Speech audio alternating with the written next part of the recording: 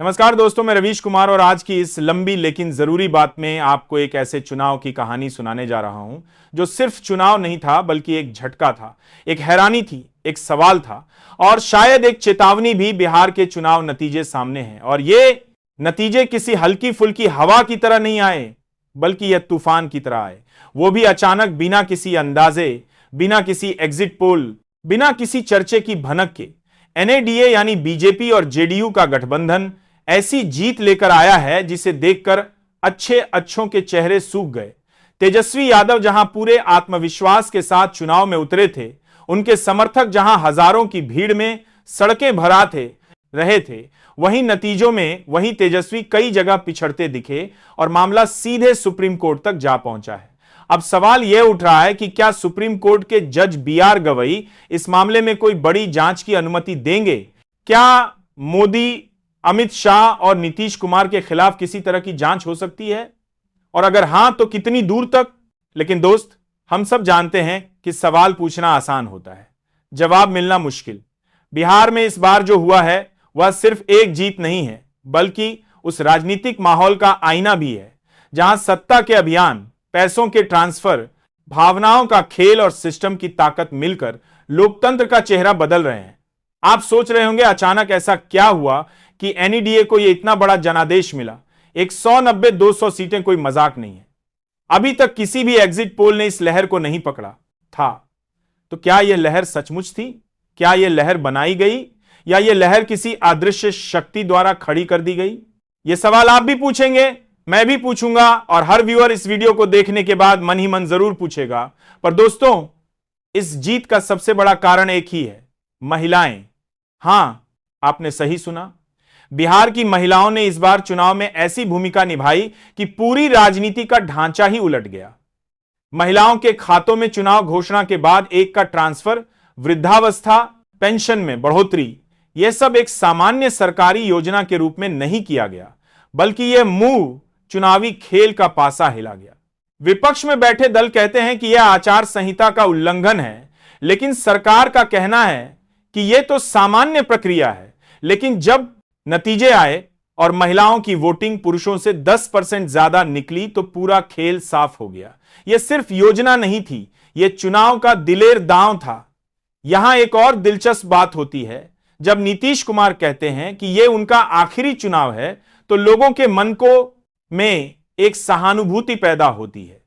महिलाएं कहती हैं कि चलो इस बार फिर यह वही सहानुभूति है जिसने पहले भी कई नेताओं को अप्रत्याशित समर्थन दिया है और यही हुआ।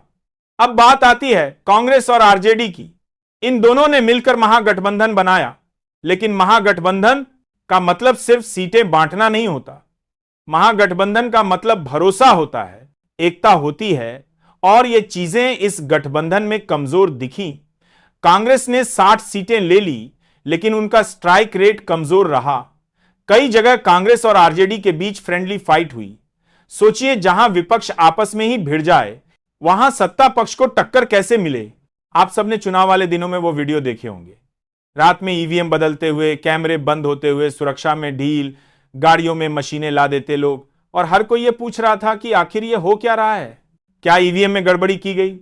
क्या सिस्टम पहले से तय था या विपक्ष सिर्फ अपने हार का बहाना बना रहा है? लेकिन दोस्तों, सवाल उठाना जरूरी है क्योंकि लोकतंत्र सवालों से चलता है। अगर कोई सरकार जनता के वोट से जीतती है तो उसे इन सवालों का जवाब भी देना चाहिए और दूसरी तरफ विपक्ष को भी अपने घर का हिसाब देखना चाहिए कि आखिर वो क्यों बार बार हारते रहा है। क्या सिर्फ सिस्टम उनकी हार की वजह है या उनकी अपनी कमजोरियों ने भी उनका नुकसान किया है? तेजस्वी यादव को मुख्यमंत्री चेहरे के रूप में प्रोजेक्ट करने को लेकर कांग्रेस में हिचक दिखाई दी। यह हिचक ऐसी थी जैसे लड़ाई शुरू होने से पहले ही योद्धा अपने हथियार पर शक करने लगे। दोस्तों, बिहार का यह चुनाव सिर्फ बिहार की कहानी नहीं है, यह पूरे देश की राजनीति का भविष्य है। बीजेपी इस जीत को अब उत्तर प्रदेश, असम, बंगाल और बाकी राज्यों में अपने लिए लॉन्च पैड की तरह उपयोग करेगी, क्योंकि उनके लिए यह जीत सिर्फ सत्ता नहीं है, यह आत्मविश्वास की वापसी भी है। 2024 में लोकसभा चुनावों में जो झटका लगा था उसका मरहम अब बिहार ने लगा दिया है। और सोचिए, जब किसी बड़े राजनीतिक दल को एक बार फिर अपनी अजय वाली छवि मिल जाती है तो वह अगले चुनावों में और भी आक्रामक हो जाता है। यह आप भविष्य में देखेंगे।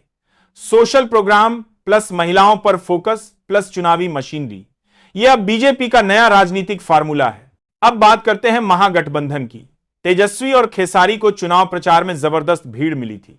लोग कहते थे कि इस बार बदलाव तय है, लेकिन भीड़ का वोट में बदलना जरूरी नहीं होता और बिहार ने यह बात फिर साबित कर दी। महागठबंधन पूरे सिस्टम से लड़ रहा था। और सिस्टम क्या है? चुनाव आयोग, प्रशासन, मीडिया, ऐसे तीन स्तंभ जो जनता के लिए नहीं बल्कि सत्ता के लिए काम करते दिखे। यह विपक्ष का आरोप है, लेकिन यहां असली सवाल यह है कि क्या विपक्ष ने खुद को चुनाव लड़ने के लायक बनाया? क्या उनकी रणनीति जनता के दिल में घर कर सकी? क्या उन्होंने वह भरोसा बनाया जो जनता को एक मजबूत विकल्प देता? या फिर रवेश सिर्फ बड़ी बड़ी रैलियों और भाषणों में उलझ रहे? अब यहां सबसे बड़ा सवाल आता है, क्या सच में ईवीएम से छेड़छाड़ हुई? क्या मशीनों ने सरकार बनाई?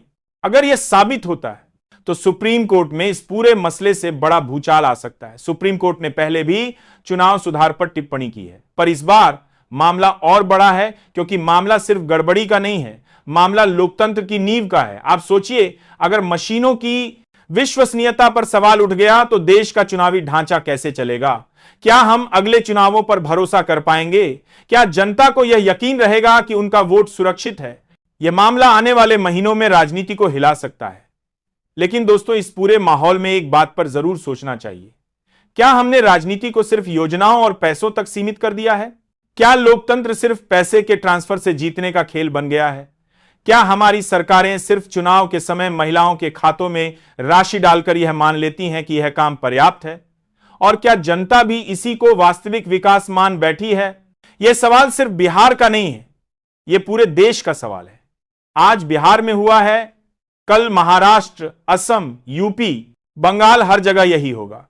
हम एक ऐसी राजनीति देख रहे हैं जहां पार्टियां योजनाएं बनाती कम हैं और वोट बटोरने के लिए पैसे बांटती ज्यादा हैं।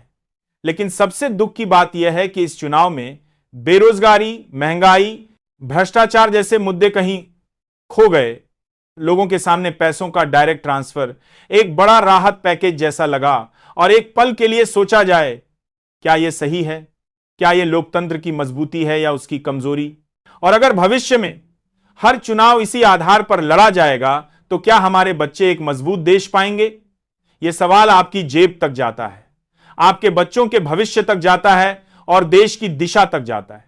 दोस्तों, क्योंकि बिहार का चुनाव सिर्फ एक चुनाव नहीं था, यह एक ऐसा आईना था जिसमें आज की भारतीय राजनीति का असली चेहरा साफ दिखता है।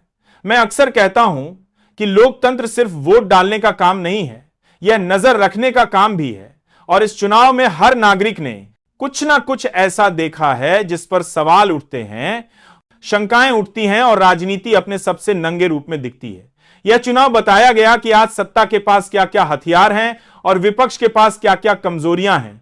यह चुनाव बताया गया कि आज मीडिया किसके साथ खड़ा है और जनता किस बात पर भरोसा कर रही है। यह चुनाव बताया गया कि आज सरकारें किस तरह जनता को संदेश देती हैं और जनता किस तरह उन संदेशों पर यकीन कर लेती है। और सबसे बड़ी बात, यह चुनाव बताया गया कि आज नेताओं की छवि से ज्यादा योजनाओं के पैसों का असर कितना भारी पड़ सकता है। मैं आपको याद दिलाना चाहता हूं कि चुनाव के बीच में एक 100 का ट्रांसफर किया गया। सोचिए, जिस समय मतदान चल रहा था उसी समय महिलाओं के खातों में पैसा भेजा जा रहा था। क्या यह सामान्य है? क्या यह लोकतंत्र की मर्यादा है या यह चुनावी खेल का हिस्सा है? मैं यह फैसला आप पर छोड़ता हूं। लेकिन एक बात जरूर कहूंगा, जब सरकारें चुनाव के बीच में पैसे ट्रांसफर करने लगे और चुनाव आयोग चुप रहे तो वहां सवाल उठते ही हैं। महाराष्ट्र में चुनाव घोषणा क्यों टाली गई? बिहार में मतदान के बीच पैसे क्यों भेजे गए? यह संयोग नहीं हो सकता, यह रणनीति है। और रणनीति तभी काम करती है जब विपक्ष कमजोर हो, प्रशासन साथ हो और चुनाव आयोग मौन हो। अब बात करते हैं जंगल राज वाले टैग की। तेजस्वी यादव पर, अखिलेश यादव पर यह टैग हमेशा लगाया जाता है। लेकिन क्या बीजेपी शासित राज्यों में लॉ एंड ऑर्डर की स्थितियां परफेक्ट हैं? बिल्कुल नहीं। लेकिन वहां इस तरह का टैग क्यों नहीं लगता? यह भी राजनीति का एक खेल है, मीडिया का एक फ्रेम है और जनता का एक डर है। चुनाव में डर का उपयोग हमेशा किया जाता है। कभी विकास का डर, कभी अपराध का डर, कभी बाहरी ताकतों का डर और कभी विपक्ष के आने से अराजकता फैलने का डर। इस बार भी ऐसा ही हुआ। कई लोगों ने कहा कि तेजस्वी आएंगे तो लॉ एंड ऑर्डर बिगड़ जाएगा, जबकि पिछले 5 सालों में भी अपराध के आंकड़े कुछ खास अच्छे नहीं थे। लेकिन यह डर बड़े ही आराम से जनता के मन में बिठा दिया गया। अब आपको एक दिलचस्प बात बताता हूं। भाजपा और जेडीयू की जीत सिर्फ इसलिए बड़ी नहीं है कि उन्होंने सीटें ज्यादा जीती। बड़ी बात यह है कि यह जीत सिर्फ सीटों की जीत नहीं, बल्कि एक मनोवैज्ञानिक जीत है। एक ऐसा संदेश कि हम अजय हैं, हम चुनाव नहीं हारते और हम हर चुनाव में चमत्कार कर सकते हैं। राजनीति में यह मनोवैज्ञानिक बल सबसे बड़ा हथियार होता है। इससे विरोधी दलों का मनोबल टूटता है, कार्यकर्ताओं में कमजोरी आती है और जनता भी यह मानने लगती है कि जो जीतता है वही सही है। लेकिन लोकतंत्र में यह धारणा बहुत खतरनाक होती है, क्योंकि अगर जनता यह मान ले कि विकल्प नहीं है तो सत्ता निरंकुश हो जाती है। अब बात आती है महागठबंधन की। इस गठबंधन ने पूरी कोशिश की, रैलियां की, भीड़ जुटाई, मुद्दे उठाए, बेरोजगारी, महंगाई, शिक्षा, स्वास्थ्य, सब पर बातें की। लेकिन राजनीति सिर्फ मुद्दों की बात से नहीं चलती। राजनीति रणनीति से चलती है, संगठन से चलती है, जमीन पर काम करने से चलती है। कांग्रेस और आरजेडी के बीच समन्वय की कमी साफ दिखी। कुछ सीटें ऐसी थीं जहां दोनों पार्टियां एक दूसरे के खिलाफ लड़ रही थीं और यही गड़बड़ी पूरे गठबंधन पर भारी पड़ गई। एकता सिर्फ भाषणों में थी, जमीन पर नहीं, और राजनीति में यही सबसे बड़ी कमजोरी होती है। बीजेपी ने इस कमजोरी का फायदा उठाया और उसने अपने पूरे चुनावी तंत्र को एक्टिव कर दिया। चाहे वो बूथ प्रबंधन हो, चाहे वो डाटा एनालिसिस हो, चाहे वो माइक्रो मैनेजमेंट हो, सब जगह बीजेपी ने विपक्ष से 3 कदम आगे रहकर खेला। सवाल तो यह भी है कि क्या विपक्ष तेजस्वी को नेता के रूप में पूरी तरह प्रस्तुत कर पाया? क्या कांग्रेस ने उन्हें वह जगह दी जिसकी जरूरत थी? क्या सीट बंटवारे में स्मार्टनेस दिखाई गई? जवाब है नहीं। और यही वह गलती है जो आज हम बात करने जा रहे हैं, भारत की राजनीति में आए उस संभावित भूचाल की, जिसने दिल्ली से लेकर पटना और अमरावती तक हर सियासी गलियारे में हलचल मचा दी है।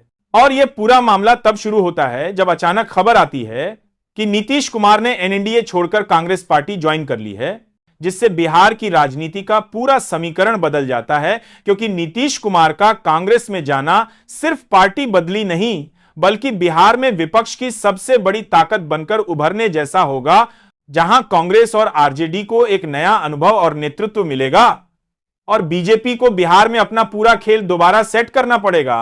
और इसी बीच आंध्र प्रदेश में चंद्रबाबू नायडू पहले से ही विपक्ष की ओर झुके हुए दिखाई देते हैं, तो देश की राजनीति अचानक से गर्म हो जाती है। और अब आता है इस नेगेटिव टर्निंग पॉइंट का सबसे बड़ा सवाल। क्या मोदी सरकार इस गठबंधन बदल के कदम से नाराज होगी? और अगर नाराज हुई तो क्या सख्त कार्रवाई संभव है? और इसी सवाल के जवाब में एक काल्पनिक लेकिन राजनीति की वास्तविकता से प्रेरित तूफान खड़ा होता है, जहां एड्स, सीबीआई और ईडी जैसी जांच एजेंसियां अचानक पुराने केस दोबारा खोलना शुरू कर देती हैं, पूछताछें तेज होती हैं, नोटिस जारी होते हैं और मीडिया में लगातार पैनल डिबेट चलने लगते हैं। सत्ता पक्ष कहता है कानून अपना काम कर रहा है, जबकि विपक्ष इसका आरोप लगाता है कि यह राजनीतिक बदले की कार्रवाई है। और इसी तनाव के बीच एक काल्पनिक झटका आता है जब खबर फैलती है कि नीतीश कुमार और चंद्रबाबू नायडू दोनों को गिरफ्तार कर लिया गया है और जेल भेज दिया गया है और अब पूरा देश राजनीतिक उबाल पर चढ़ जाता है। विपक्ष एकजुट होकर इसे लोकतंत्र पर हमला बताता है। कांग्रेस, आरजेडी, टीएमसी, आपे, एसपी, डीएमके सब एक ही मंच पर आकर विरोध शुरू कर देते हैं। बिहार और आंध्र प्रदेश में सड़कों पर आंदोलन शुरू हो सकते हैं। सोशल मीडिया पर डेमोक्रेसी अंडर अटैक जैसी बहसें चल सकती हैं। वहीं बीजेपी और उसके समर्थक कहते हैं कि भ्रष्टाचार पर कार्रवाई जरूरी है और कानून सबके लिए बराबर है। इस सब के बीच देश का चुनावी माहौल एकदम भड़क जाता है। बिहार में महागठबंधन को नई शक्ति मिल सकती है, जबकि एनडीए को अपना नैरेटिव मजबूती से जनता तक पहुंचाना पड़ेगा। आंध्र प्रदेश में नायडू की गिरफ्तारी सिंपैथी वेव पैदा कर सकती है। दक्षिण और उत्तर भारत दोनों में राजनीतिक ध्रुवीकरण तेज हो सकता है और पूरे देश में राजनीति का तापमान अपने चरम पर पहुंच जाता है, जहां जनता का ध्यान विकास, रोजगार, आर्थिक मुद्दों से हटकर सीधे राजनीतिक संघर्ष पर केंद्रित हो जाता है। और अंत में साफ दिखाई देता है कि भारत की राजनीति बेहद जीवंत है, जहां एक बड़ा फैसला, एक गठबंधन परिवर्तन या एक कानूनी कदम पूरे देश की दिशा और दशा बदल सकता है। और अगर वह फैसला नीतीश कुमार और चंद्रबाबू नायडू जैसे नेताओं से जुड़ा हो तो यह बदलाव और भी बड़ा हो जाता है। इसलिए दोस्तों, यह पूरा सियासी माहौल हमें दिखाता है कि चुनाव सिर्फ चुनाव नहीं होते, बल्कि भावनाओं, रणनीति, सत्ता, संघर्ष और विश्वास का विशाल खेल होते हैं, और एक कदम से पूरा खेल बदल सकता है। तो दोस्तों, अगर आपको यह पूरा संयुक्त विश्लेषण पसंद आया हो तो लाइक करें, सब्सक्राइब करें और कमेंट करके बताएं कि अगर कल सच में ऐसा हो जाए तो भारत की राजनीति का सबसे बड़ा फायदा किसे होगा और सबसे बड़ा नुकसान किसे। और ठीक इसी राजनीतिक उथल पुथल के बीच देश में एक और अप्रत्याशित मोड़ आता है, जब कांग्रेस यह दावा करती है कि नीतीश कुमार और चंद्रबाबू नायडू की गिरफ्तारी सिर्फ शुरुआत है और आने वाले दिनों में और भी विपक्षी नेताओं पर कार्रवाई हो सकती है, जिससे माहौल और टेंशन भरा हो जाता है, क्योंकि विपक्ष इसे लोकतंत्र के लिए सबसे बड़ा खतरा बताकर देश भर में रैलियां और मोर्चे निकालना शुरू कर देता है। देश भरा बाती का बात करते हैं, दंतर बाती है। वहीं बीजेपी अपने समर्थकों के बीच यह संदेश मजबूती से फैलाती है कि भ्रष्टाचार के खिलाफ प्रधानमंत्री मोदी किसी भी कीमत पर पीछे नहीं हटेंगे और देश को साफ और मजबूत प्रशासन देने के लिए सख्त कदम उठाए जाएंगे, जिससे जनता दो हिस्सों में बंटने लगती है। एक वह जो इस कार्रवाई को जरूरी मानता है और दूसरा वह जो इसे लोकतंत्र की आवाज दबाने का प्रयास बताता है। इसी तनावपूर्ण माहौल में बीजेपी की रैलियों में भीड़ और जोश और ज्यादा बढ़ता है, जबकि विपक्ष की सभाओं में गुस्सा और आक्रोश दिखाई देता है। देश की मीडिया इस टकराव को भारत का सबसे बड़ा राजनीतिक संग्राम बताकर 24 घंटे की कवरेज देने लगती है। सोशल मीडिया पर हर घंटे नई अफवाहें, नए दावे और नए वीडियो वायरल होते हैं। कभी कहा जाता है कि संसद में बड़ा हंगामा होने वाला है, कभी कहा जाता है कि विपक्ष राष्ट्रपति से मिलकर कार्रवाई रुकवाने की मांग करेगा, और ऐसा लगता है कि देश एक ऐसे राजनीतिक मोड़ पर पहुंच गया है जहां हर फैसला भविष्य के चुनाव को गहराई से प्रभावित कर सकता है। इसी बीच खबर आती है कि बिहार और आंध्र प्रदेश में मुख्यमंत्री पद पर अस्थिरता की स्थिति पैदा हो गई है और राज्यपालों को राजनीतिक हालात पर नजर रखने का निर्देश दिया गया है, जिसके बाद राज्य स्तर की राजनीति भी उबाल पर पहुंच जाती है। कई विधायकों के बयान आते हैं, कई नेता दल बदलने की तैयारी में नजर आते हैं